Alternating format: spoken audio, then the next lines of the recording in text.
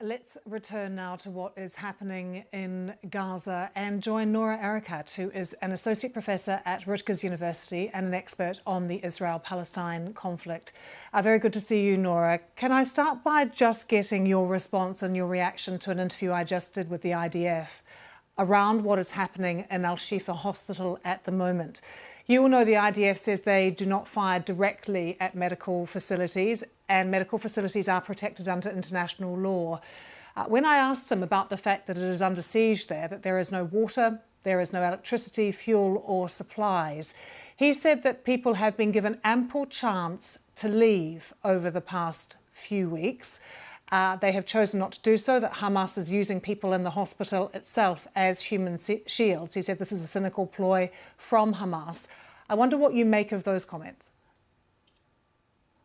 I think what we're hearing from the Israeli army is what we would hear from any army that is trying to protect itself from being exposed and committing its war crimes. This is propaganda. We have to understand that the patients that are being asked to leave are patients that are in intensive care units, are premature babies who are in need of being in incubation in order to survive, are elderly with disabilities who cannot be mobilized in a situation where their evacuation is ordered to be completed on foot because of a deprivation of fuel, thereby further increasing their chances of not being able to be mobilized.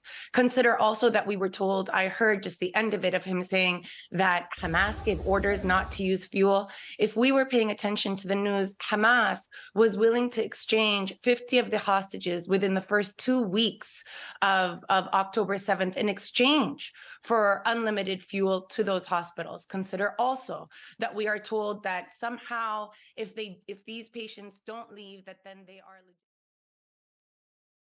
Death toll has now reached over 11,000, in which 2/3 of them are women and children, and about 4,000 people reported missing, and over 222,000 housing units are destroyed in Gaza.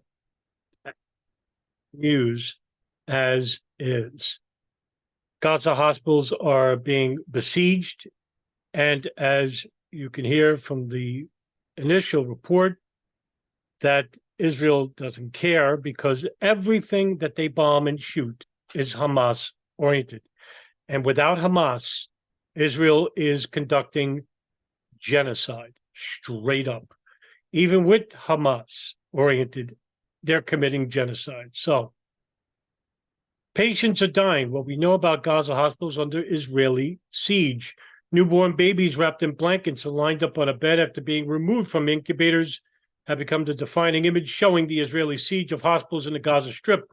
Now, I'm going to read a report about Prime Minister Netanyahu saying that they were told to leave. One of the Israeli foreign ministers, Eli Cohen, even basically stated that we gave them ample time. They didn't give hundreds of thousands of people enough ample time, because that's not how you give tens of thousands of people who have basically no way of moving as fast as they can in 24 hours. It's not possible. Where do they go? Even if they wanted to go south to the border near Al Rifa, say, for example, which is the border between Egypt and Israel, what's being bombed? Every block these people move, they're hit by snipers, Israeli snipers, which slows the move down. So where do they go? Well, they go to refugee centers. They go to hospitals. And according to Israel, every single hospital, every single refugee center is Hamas oriented. There's Hamas under there. There's a tunnel under there. There's the largest operations center is under this hospital. And the international theater, the United States, are sellouts. I'm talking about the government, complete sellouts to the point where they're allowing this. Now, who's the biggest genociders on the face of the earth? The United States, Great Britain, and its coalition partners. And that's a combination of foreign countries like Canada, Australia, Germany, France. right? So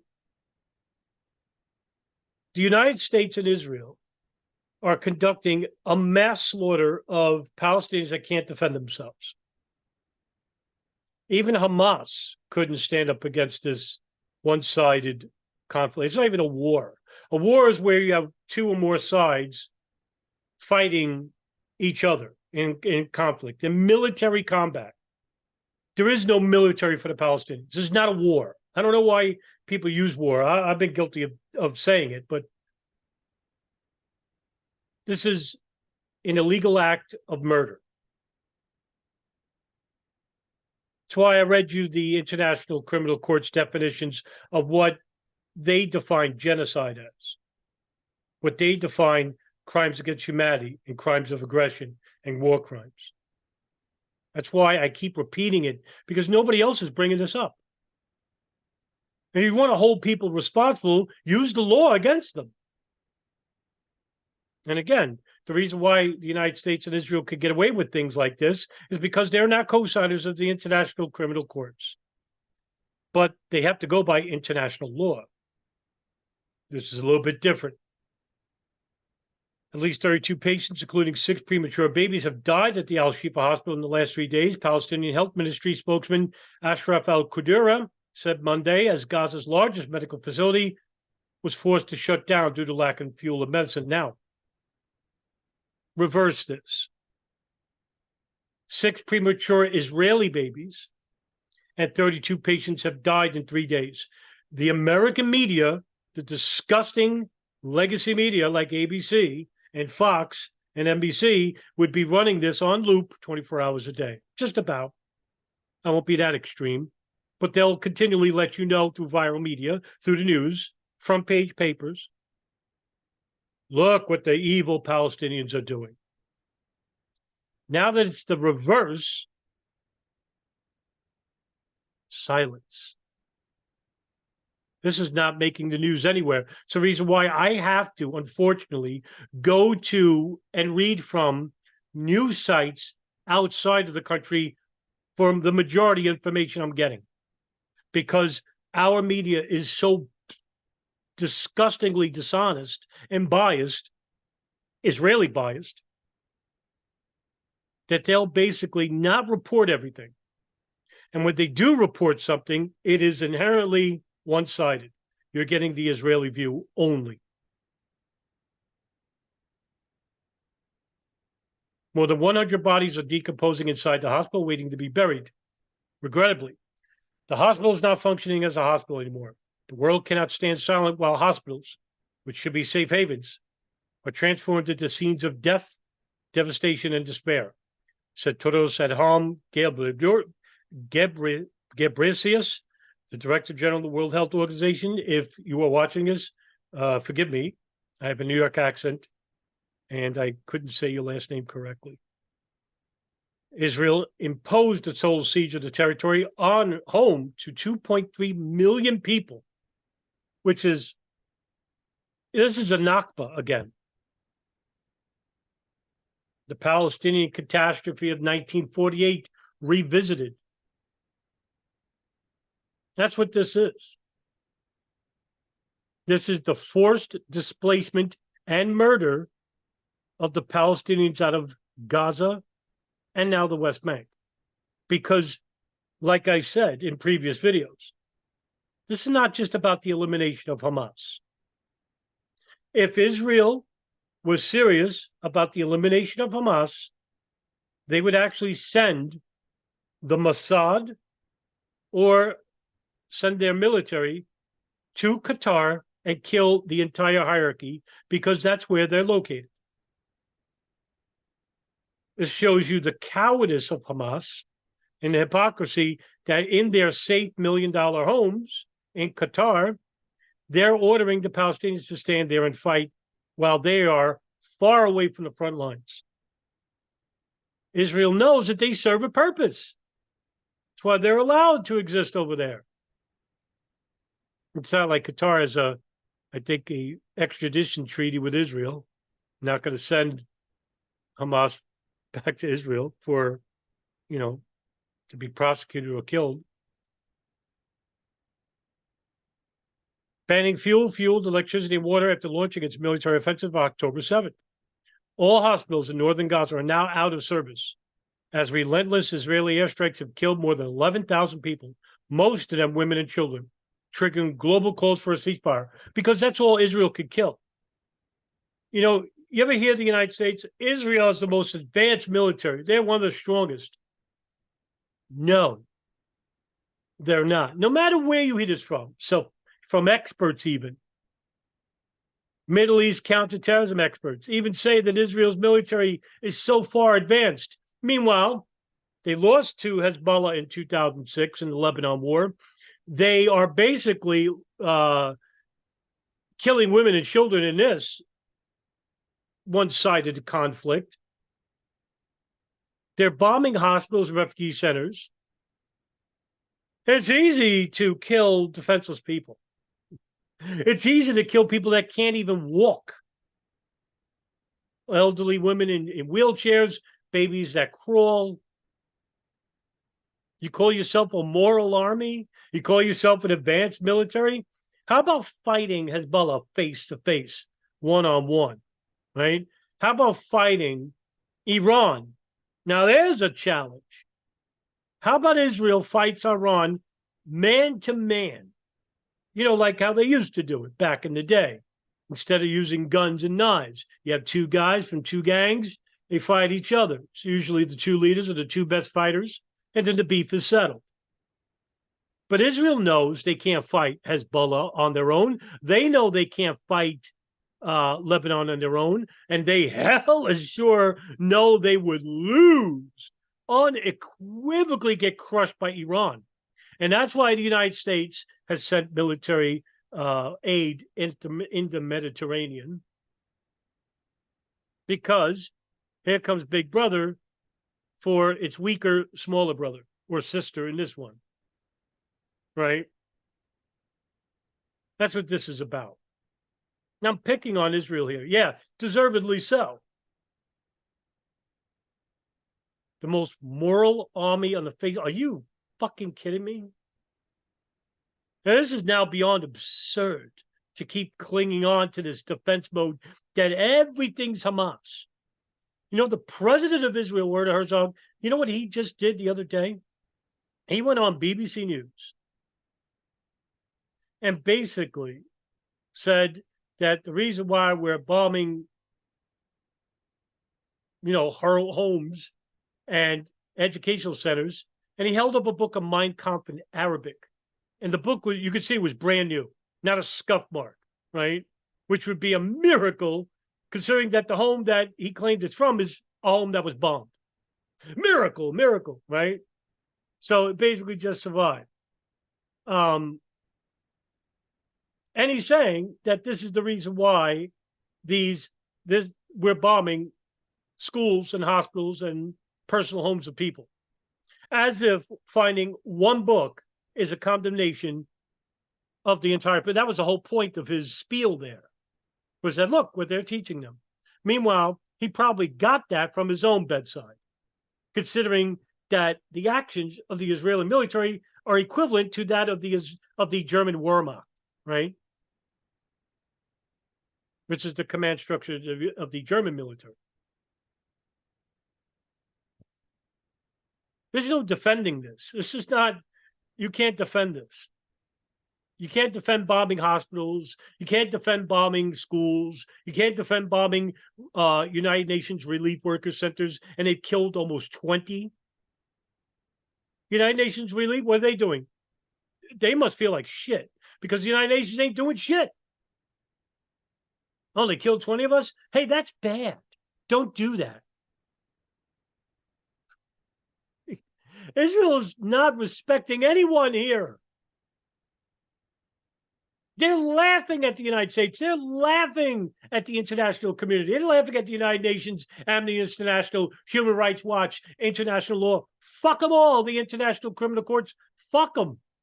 What are they going to do? We're going to keep doing it. This is the reason why they become more bolder and more arrogant and more assertive and more aggressive and more genocidal.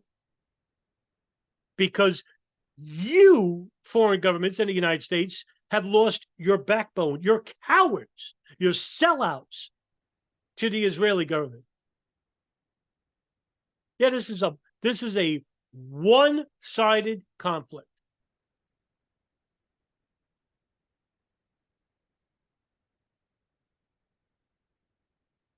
Netanyahu calls claims of Israeli breaking international law hogwash. Of course. He doesn't give a fuck about international law, right? Let's read this together. I mean, you think he's going to respect the issue? Israel, and this is from the Hill, all right? This is from the Hill. A hack article, site, and I really don't like using it, but in this case, I mean, even the Hill is publishing this.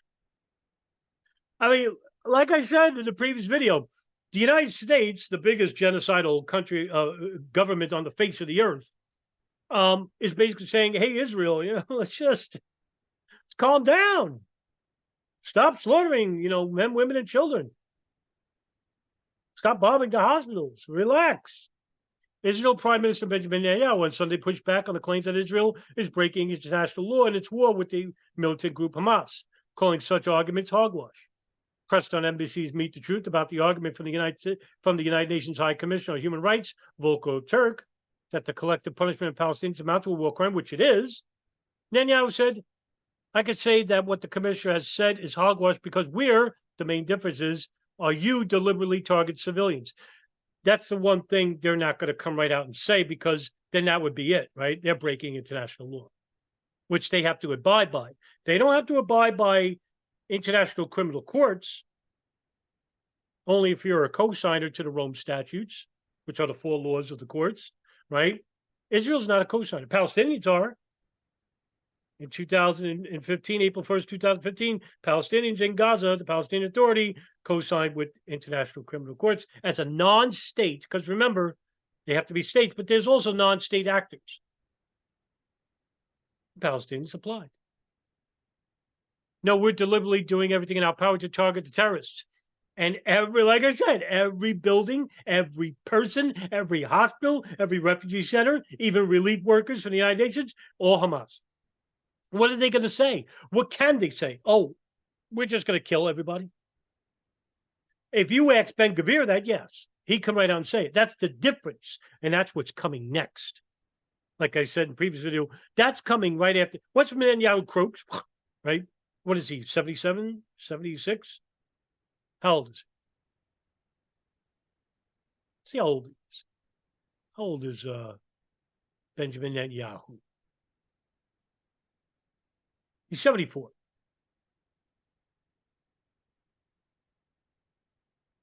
A lot of stress in that body, right? But evil tends to live a long time. No, we're deliberately doing everything in our power to target the terrorists and the civilians, as happens in every legitimate war, are sometimes what we call collateral damage, which is against international law. That's a longer way of saying unintended casualties. That's clearly what Israel's doing. Meanwhile, you have on Twitter, and I'm not calling it X, Twitter, you have Israeli military holding up victory flags, dancing, singing. We're taking over Gaza, and now we're taking over West Bank, and they're dancing about it. They're singing, eating, drinking.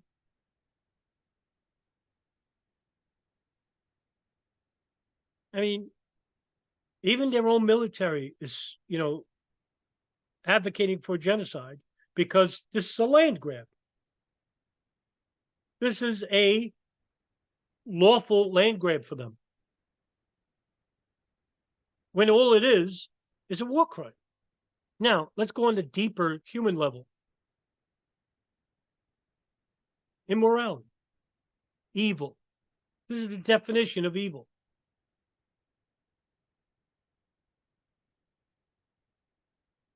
And, what is evil? Right? What is evil?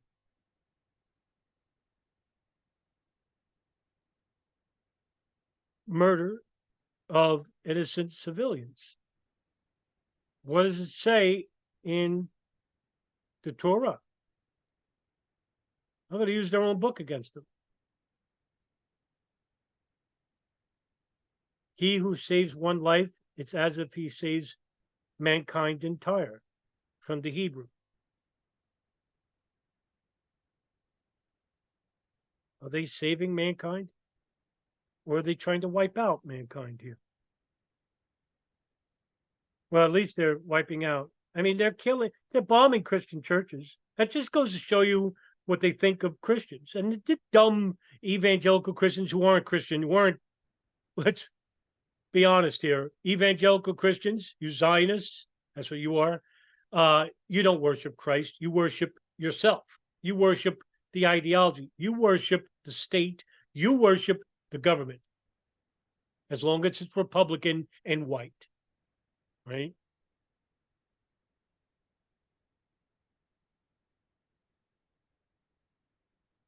Israel has come under criticism for humanitarian agencies and leaders who have argued its bombardment of Gaza is trapping innocent civilians in its violence. Israeli attacks, which have included airstrikes, bombings, and ground attacks in Gaza City, are in response to Hamas' surprise assault against Israel on October 7th that killed more than 1,200 people, right? Well, they can, they have to keep repeating it. No, 1,200 are dead. Hamas killed, well, it's 11,000 now, right? Well, that number don't mean shit to them. The only thing that means to them is the 1,200 that were killed by, Hamas. To them, it's Palestinians. Get rid of them. Get rid of them. Right? That's what this is about. It's a land grab. Israel is 2 to 3 weeks before international pressure over Gaza becomes significant, says the Foreign Minister Eli Cohen. Foreign Minister Eli Cohen says that diplomatic pressure on Israel has begun to increase, and that although it's not particularly high at present, it is on the rise. Speaking during a briefing to reporters, Cohen said that his diplomatic counterparts have emphasized humanitarian issues during the conversations he has held with them, and some have requested that Israel seek a ceasefire, although they have not done so publicly. Now, the key thing here is that Israel needs Hezbollah to intervene, or else really the enormous pressure which is already mounting to get a ceasefire done, the longer this conflict takes, the more that people die, the more that babies are killed and hospitals are bombed, the worse it looks for Israel to everybody, because the war crimes are so obvious and demonstrable and so just blatant that even its supporters, its ardent supporters like the United States and coalition partners, are saying this is looking bad. And it's bad when the United States is telling you, hey, listen, ramp down the violence. Because there's no other violent country on the face of this earth, whether internal or external, than the United States. Nobody. We lead the world in imprisoning people, in killing people. Not even close. Say what you want about China, North Korea, the corrupt regimes in Iran and Syria, that authoritarian governments, Russia. The United States got you beat, brother. We're in an inherently violent country, if you haven't known it from the massive amounts of killings in our own. For those people that are saying it's the gun is the problem and we need to amend the Second Amendment, well, you're a moron, because that's not the problem. You can get rid of the guns, but that's not going to solve the problem of inherent violence. Why are we so violent? The psychology of violence. Hey, now we're getting to the root of the problem.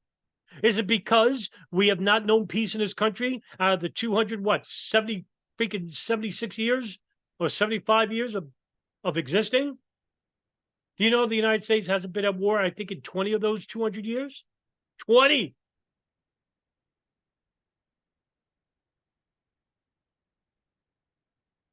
Everybody has a gun, almost. They have to keep themselves safe. Law enforcement, they have military-grade weaponry. Once we signed that deal in 2006, where we had the military-industrial complex in the Pentagon write a deal with domestic law enforcement about selling weapons that were used or weren't used in Iraq and sell it to the military. And the military, they bought tanks, Jeeps, Kevlar vests, night goggles, vision. They gave it to these, SWAT units. I mean, it's looking like we're reaching at an apex of period in human history where the violence is so unsound, making no sense.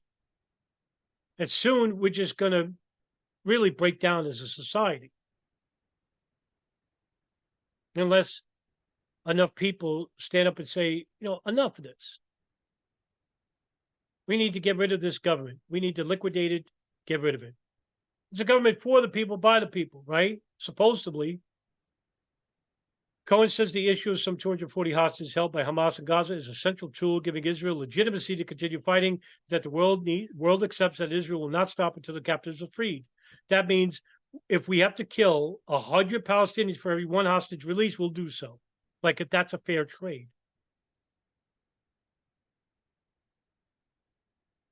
Hamas doesn't care about Palestinians. Think they care?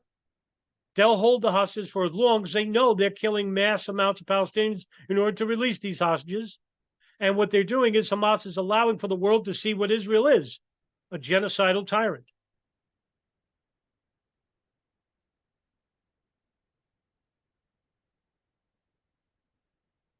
Lebanon front with Israel heats up, stoking fears of a wider war. I mean, this is what it's about right here, right? This is what Israel desperately needs. Because in order for them to continue their siege into Gaza without any kickback from the international theater, they need this war to continue outside the borders. Weeks of hostilities across the Lebanese-Israeli border have escalated, with growing casualties on both sides and a war of words fueling concerns of a widening conflict between Israel and the Iranian-backed Lebanese group Hezbollah. Israel strikes have killed 2 people in South Lebanon on Monday, according to a first responder organization affiliated to the Hezbollah allied Amal movement. On the Israeli side, a Hezbollah missile attack on Sunday wounded several workers from the Israeli electric company, and one died of his wounds. Hezbollah has been trading fire with Israeli forces since the Palestinian ally Hamas went to war with Israel on October 7th. The exchanges marked the deadliest violence at the border since Israel and Hezbollah fought a month-long war in 2006. So far, more than 70 Hezbollah fighters and 10 civilians have been killed in Lebanon, and 10 people, including 7 troops, have been killed in Israel. Thousands more on both sides have fled the shelling. And now it's a wait-and-see approach. What will be the next steps of the Israeli foreign minister, Eli Cohen? Will he be able to force back the massive amounts of criticisms and the protests happening, which are now involving millions of people around the world? Will he be able to survive the political and media backlash, foreign media anyway, the criticisms afforded by the media and the international theater about the breaking of international law? Will they be dealt a ceasefire in order to gain the hostages freed, to stop the bombing and shelling of Palestinian homes and hospitals and refugee centers? Because as long as this war, this conflict, this one-sided conflict, there I go, saying it's a war, it's a one-sided conflict, as long as this continues, it's only looking bad for Israel.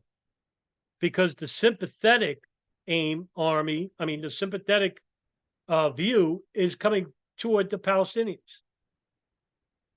in which Israel can't afford this. They need to be the victims. That's why they keep lying. They keep putting out these, the propaganda of the president of Israel holding that brand new book of Mein Kampf in Arabic, or showing you cartoon diagrams of Hamas operation centers under hospitals. That's how propaganda works. And it works with those who are biased toward a worldview or a religion or a race. Any catchism, any human ideology, where you only look at that worldview and assimilate to it, to familiarize with it. But the moral sympathy here belongs to the Palestinians, the Arabs, because whatever happened on October 7th was basically horrible in its own right, because no matter what, like Christ said in the Bible, those who live by the sword die by the sword. That pertains to Hamas, but also on the Israeli military, because you've now killed 11,000 civilians, probably even more than that. We don't know the defining number yet, because there's a lot of bodies that are trapped underneath rubble. Women and children mainly, because that's who's hiding in the houses. The men have to go outside and get whatever food and water to survive.